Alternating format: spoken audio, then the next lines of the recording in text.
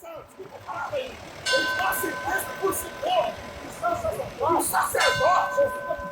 sacerdote pega por interesse. E os profetas adivinha por dinheiro. Aí eles pegam o microfone e falam pro povo o quê? Ó, povão, sei o quê? Ó, povão, onde está o Senhor no meio de nós? Sai, cara. Quantas doutrinas religiosas você passou? Olha, passei por algumas. Eu frequentei budismo, eu frequentei Umbanda, frequentei Salão do Reino das Testemunhas de Jeová, muitas igrejas protestantes, como Deus e Amor, a Universal, a Igreja Quadrangular, onde eu cheguei a me batizar. Então, assim, Centro Espírita, frequentei também. Então, eu tive algumas experiências bem amplas quanto a isso. Né? Justamente porque eu sempre tive essa curiosidade, né, de como que é e o porquê que uma religião é tão diferente da outra. Inclusive templos budistas. Então, foram coisas bem... me acrescentaram bastante. Foram coisas que foram bem ricas para mim. Eu sempre gostei muito de entender isso e sempre via em um ponto ou outro que algumas coisas não se encaixavam para mim. Quando eu era criança, minha mãe me forçava, literalmente forçava, a ir para a escolinha dominical da igreja. E é uma coisa meio... eu sempre tive nesse ambiente que era meio conflitante. Eu vim de uma realidade periférica e minha mãe ela sempre teve o uso constante de dependências químicas. Quando eu nasci, minha mãe tinha 15 anos. Então foi uma gravidez muito precoce, ela estava sozinha na cidade, então meio que ela estava meio perdida mesmo. É uma coisa normal para uma criança de 15 anos com um filho, sem um lugar para morar, sem um lugar para viver. Né? Então ela fica suscetível a essas questões sociais. E era para mim conflitante esse lugar onde ela me colocava para participar de algo que condenava as ações que eu via ela fazendo dentro da minha própria casa.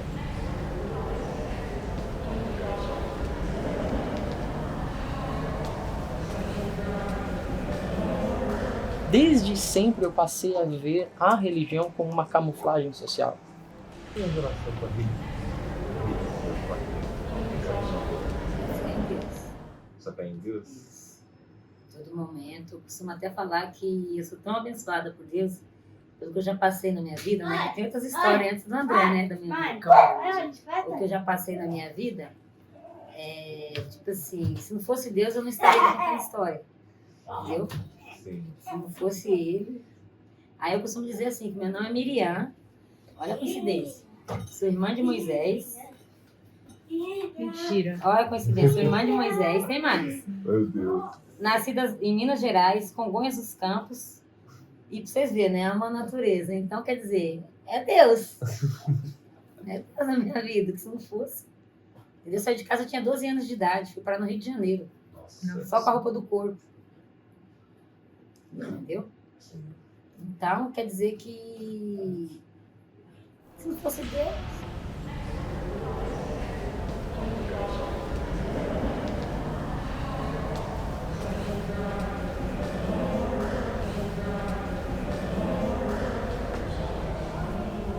A própria religião, né, a gente falando do cristianismo e tal, ele tem aquela coisa de, olhe a palavra, olhe, mas não tome como exemplo o homem. Mas é difícil, né, quando você vê tantas atitudes que são incoerentes com o que está sendo aplicado. Um lugar que me causou uma aversão muito grande foi um Salão do Reino das Testemunhas de Jeová, por exemplo. Eu frequentei lá por um tempo, depois da minha adolescência, ali, uns 14 anos, porém antes, pessoas dali de dentro me colocaram num canto, isso, família do meu pai adotivo, né, o mesmo que tinha toda aquela situação conflitante, e eram duas garotas, a Ana Paula e a Luísa, é isso? Luísa e Ana Paula, é isso mesmo. Elas me levaram pro fundo da casa da minha avó. Nossa, eu lembro disso e com muita dor. Elas me levaram pro fundo da casa da minha avó e começaram... Eu tinha 9 anos, ou 10 no máximo. E uma tinha 16 e a outra já tinha 21. Já eram mulheres, né? E eu era criança. Elas me levaram pro fundo da casa da minha avó e começaram a falar: você não percebe? Você não vê que quando a gente vai no shopping, ninguém leva você? Quando a gente come no fast food, ninguém compra nada pra você?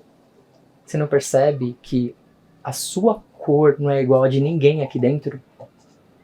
E aí eu começava a querer sair, falar: me solta, me solta, me solta. E aí elas falavam: não, você vai ouvir. Ficava fazendo isso, fazendo, me torturando. Foi horrível, isso foi a tarde inteira.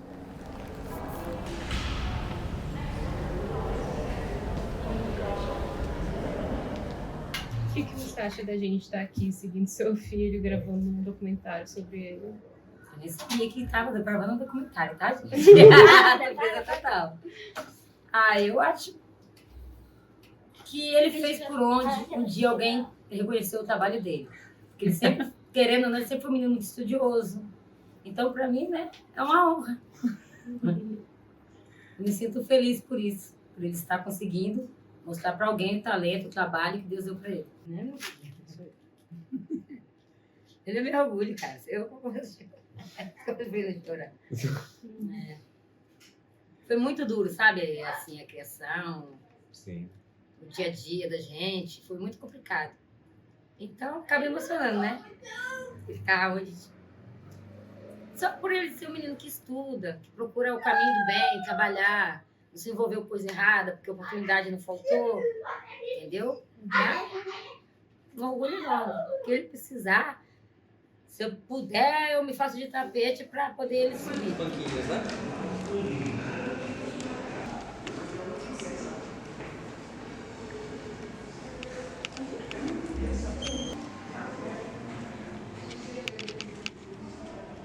Devia ter o quê? 8 anos? 9? Por aí? Eu e um amigo fomos cabular aula. E esse amigo, eu quando eu era mais novo, eu era uma criança muito violenta, né? Eu gostava muito de arrumar briga. E esse meu amigo, ele era mais fraco que eu, então eu vivia dando os cascudos nele. E eu lembro que ele falou pra mim: vamos cabular aula? Eu falei: vamos, mas eu quero algum lugar pra tomar café. E ele me prometeu que ia ter um lugar pra tomar café. Ele me prometeu. Nossa, eu fiquei muito bravo. Porque a gente não... Minha mãe saía pra trabalhar e eu morava só com a minha mãe nessa época. Então, não tinha comida em casa. Então, eu tomava café na escola. E ele fez a gente cabular a aula. Então, eu não ia tomar café. E nem ia almoçar. Então, eu fiquei muito bravo. E ele me prometeu que tinha um lugar onde ele ia me levar pra tomar café. E ele foi... A gente andou muito. Nossa. Tipo, para 2 crianças foi como a distância da Barra Funda até a Santa Cecília. Mas você pensa isso, 2 crianças andando. Então, assim, nós andamos pra caramba, uma baita distância. E quando a gente chegou, realmente existia o lugar. O lugar era o SEDECA, Centro de Defesa dos Direitos da Criança e do Adolescente. Lá tinha uma brinquedoteca gigantesca. E todo mundo chegava e corria para a brinquedoteca. Mas o corredor para a brinquedoteca tinha uns quadros A2 desse tamanho, feito à mão, com grafite. Eu olhei aquilo. Todas as crianças queriam ir para os brinquedos, queriam ir para o refeitório. Eu fiquei parado no corredor. Que eu olhei para aquilo. Mas eu consigo lembrar até hoje, nitidamente, cada quadro. Tinha um moinho de fazenda, tinha uma mulher loira, tinha um rapaz de costas, 3 quadros gigantescos no corredor, feito à mão. Eu olhava para aquilo, eu não conseguia esboçar nenhuma palavra. E aí a cuidadora do lugar me viu, falou: vem cá, entra. E eu falei: quem fez esses desenhos? Ela falou: primeiro você vai tomar café, depois eu te apresento o professor. E eu tomei café com tanta pressa. Eu comi, eram bolachas de maisena, um pãozinho com manteiga e um café com leite. Mas eu comi aquilo com tanta pressa que a mulher mal tinha terminado de colocar na mesa, já tinha acabado de comer, e perguntei pra ela, você pode me levar agora até o professor? E ela falou, tá, vamos. Tipo, todas as crianças foram pra brinquedoteca porque tinha um monte de brinquedos divertidos lá. E a gente não tinha acesso a brinquedos, né? E aí, e eu não. E eu fui pra sala do professor. E aí ela me apresentou pro Alex. Esse cara mudou completamente a minha vida. Ele me ensinou muito sobre educação, sobre como me comportar, como conviver em sociedade. Ele foi a pessoa que me mostrou, através da arte, como ser uma pessoa melhor. Ele me ensinava a desenhar, mas ele só me ensinava determinada coisa sobre desenho se eu tivesse feito toda a lição na escola. Ele só me ensinava tal coisa no desenho se eu nunca faltasse. Ele me ensinava tal coisa no desenho se eu comesse com garfo e faca ao invés de colher. Ele me ensinava tal coisa no desenho se eu não falasse palavrão por uma semana. Olha o que esse professor fazia. Ele assumia um lugar que não era dele. Mas ele fazia isso com a arte. Ele fazia com que o meu interesse pela arte fizesse com que eu me tornasse uma pessoa que pudesse viver em sociedade. E isso foi maravilhoso. Quando eu tinha 14 anos, esse projeto foi encerrado. Quando ele me contou que o lugar ia fechar,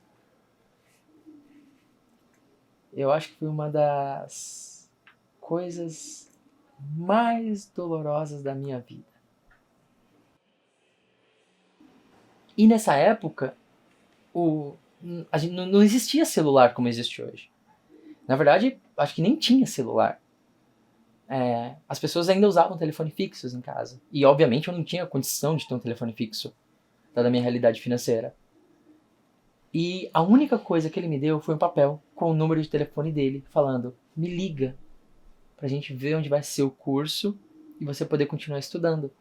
Eu perdi esse papel. E quando eu voltei lá no dia seguinte, não existia mais lugar. Fiquei muito perdido. Nossa, eu fiquei muito perdido. Foi uma época da minha vida que eu fiquei muito perdido. Dos meus 14 até os meus 17, 18 anos, eu fiquei muito perdido. Fiquei muito perdido mesmo. E foi um período da vida que eu não desenhei mais depois disso, pra você ter uma ideia. Não desenhei, eu fiquei realmente perdido, assim, demais. Eu demorei anos pra me reconectar, pra conseguir entender tudo que estava acontecendo. Mas E foi assim que eu nunca mais vi o Alex. Nunca mais. Mas aquele dia, nossa, dói. Dói. Mas eu sei que foi ele que me salvou, sabe? Foi a forma como ele colocou a arte na minha vida foi como me salvou. E aí eu vejo que a arte é algo que salva, é algo que molda um caminho, é algo que dá uma doutrina, uma forma de você salvar outras pessoas e levar isso adiante.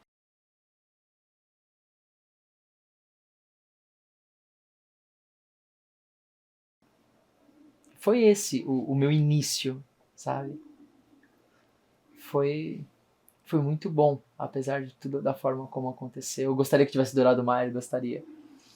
Mas acho que durou o que tinha que durar e da forma como tinha que ser. Mas foi assim. Foi assim que eu comecei. E até hoje eu agradeço muito esse amigo que cabulou aula comigo. Não que cabular aula seja algo legal, mas se não fosse por isso, acho que eu não faço a menor ideia de como seria a minha vida. Total. Tá vendo?